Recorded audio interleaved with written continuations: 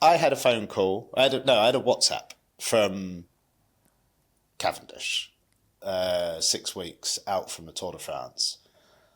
Just a casual, hey mate, do you know anything about tyre aerodynamics? And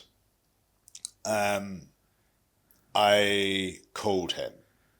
I said, I said, your message concerns me. I was like, yes, I do. Do I know anything? I know what's fast and I know what isn't fast through a massive amount of testing. So I do, but I'm like, three things concern me. One, it's 6 weeks out to the Tour de France and you're thinking about this. Two, this hasn't been done in the winter. And three, you're calling me? Like, from you have mates? Yeah. But like, I have nothing to do with his racing. I have nothing to do with Astana at this time. And I was like, shouldn't there be someone who has done this quite a long time ago? And Cav was like, yeah, but you know how it is in like an awful lot of World Tour teams. You kind of have to do this stuff yourself. So I said, okay, well, I said, yes, I can and help. What else is going on? What else is missing? I just asked a few questions, found a few holes, and he was like, I'm off to a wind tunnel next week. And it was, interestingly, only the second time he'd ever been in a wind tunnel in his whole career, which I found surprising. And so went along, found some holes that we could fill, just to get some sort of get some advantages for him. Things like the aero bottles really worked on the Willia. What sort of savings is an aero bottle? That was about 2.5% saving on CDA. Okay, that's pretty big. Yeah.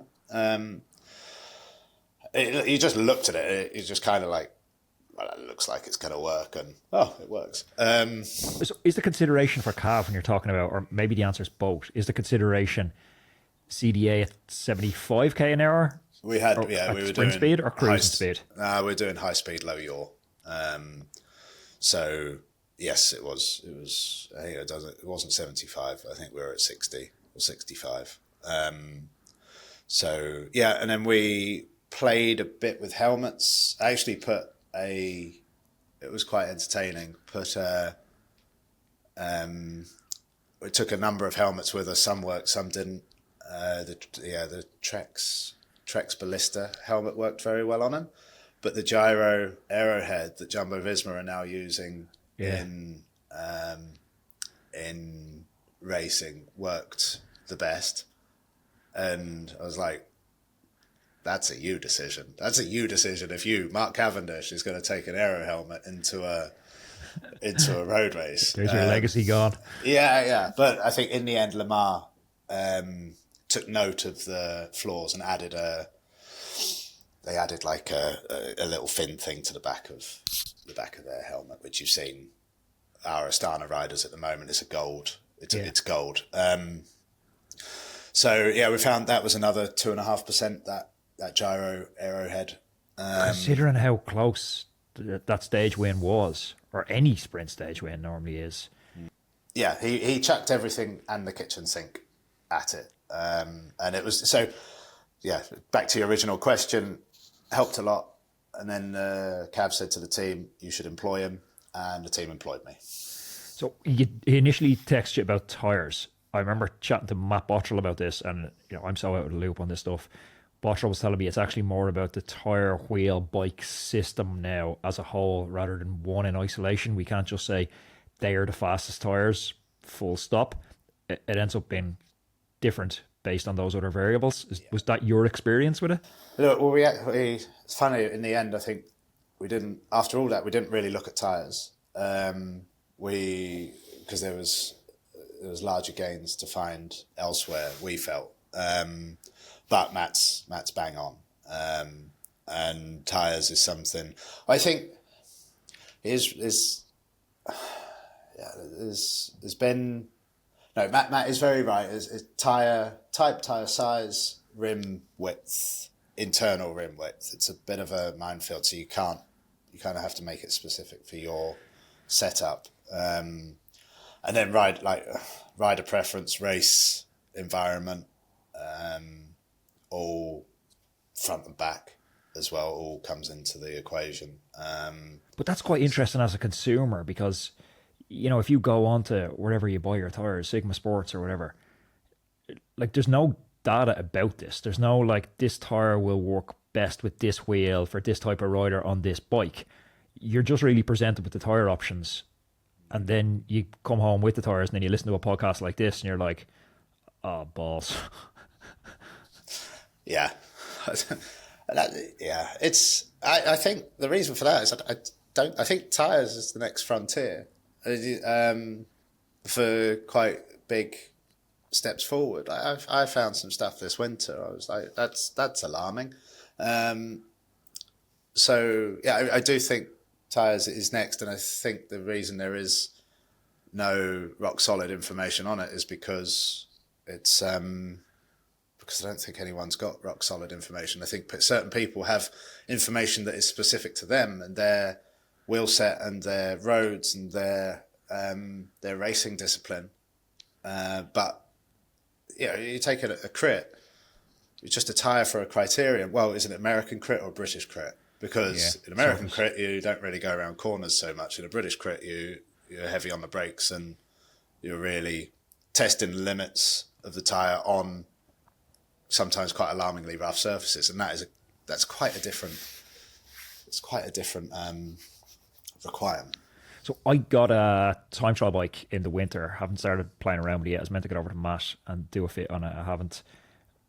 I'm running compact wheels on a BMC. How do I start to create a bro science home experiment to work out the best tires for this bike fit? Bingham was saying to me that ChatGPT is becoming like an invaluable resource for the bro science enthusiast at home, because you can start to get data and plug it into ChatGPT, and that can start doing a lot of the calculations that you really need to be good at maths to do before.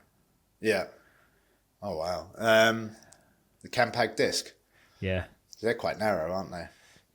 I don't have a frame of reference, you see. Like to look at it, it looks quite narrow, but it looks a lot more narrow than the zip disc. It's just the only other one I've put my hands on in the last 12 months. But like, I don't know is the honest answer to that. See, I'd go test. Silverstone's pedaling efficiency rig is where I'd go to find your answers on tyres, because it just takes the guesswork out of it. You think it's possible with a body rocket gimbly home testing, or is there too many unknowns? Not with. The body rocket is everything above the bike. Eric there says you could do it, but it requires some backwards maths. You wouldn't be looking, and then you would have to be very stable. It's I think for that specifically, I would use the pedaling efficiency rig in Silverstone. I'd try not to do it outside. Yeah. Just mainly because you get very black and white answers there. Because you put in, tyre size, tubeless, inner tube, liner, no liner. We have 3 long-form podcasts every week. Some of them are 90 minutes or 2 hours long, and I realise you're busy.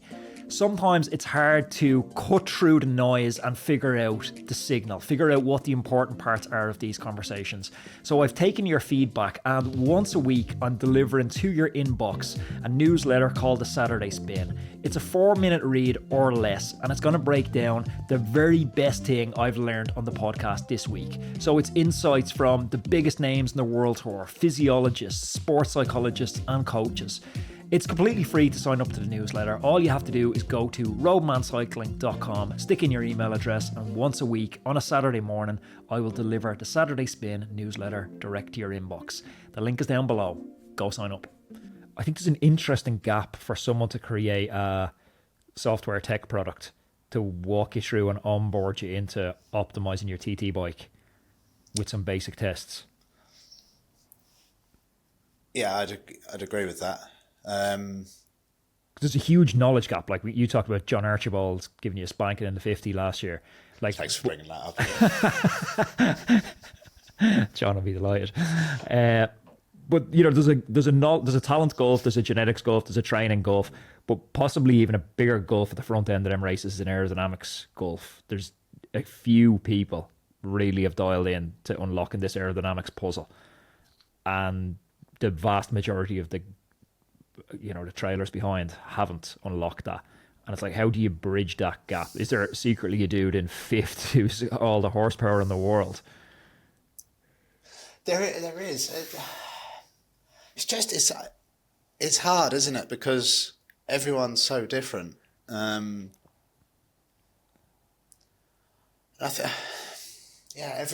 is so different that it is very difficult to create something that kind of looks after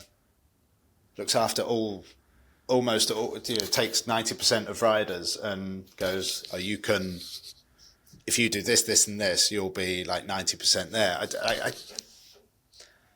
That's really tough to do, and I'll be honest, I'm struggling with the question because it's never I've always taken people on a case by case basis when I'm trying to help them go faster. Yeah. It's software to. You could take a standard deviation of, or an average of people's angles, like a retool bike fit would do for a road rider, and go, we're roughly here for handlebar height, like shoulder height, and I think also maybe torso height in relation to shoulders as well, because there's a lot of that, whether you're pushing imagine you're doing a plank on the floor, and it's whether you're relaxing your spine to drop between your shoulder blades or you're pushing your whole body up. There's only, and I think most people try and drop the spine, because then that tucks the head more, or enables you to tuck the head more in between the shoulders.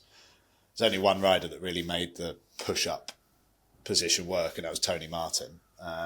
But he was the Panzer. Yeah, but he was a law unto himself, an enigma, an anomaly. There we go. Tony was an anomaly in the time trial world. But developing something. Yeah, I positionally, I think a refined time trial specific retool could get there. Hey everybody, let's take a quick break to talk about the bike I'll be riding this season, Reap. I've been lucky enough to ride all the top brands in the world over the past few years, but these Reap bikes, they're not the same, and I'll tell you why.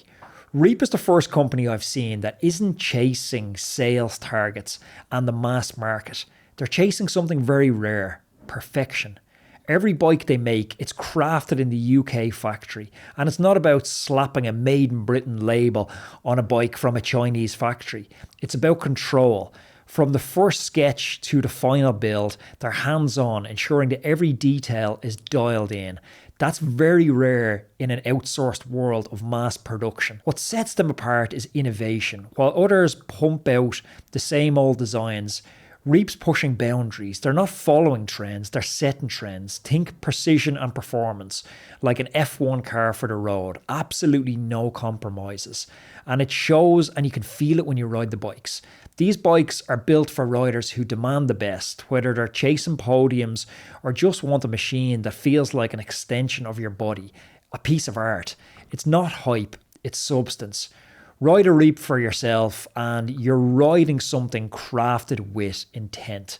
So if you're serious about cycling, check them out. It's reapbikes.com. I absolutely love my one, and I couldn't recommend it highly enough. Back to the show.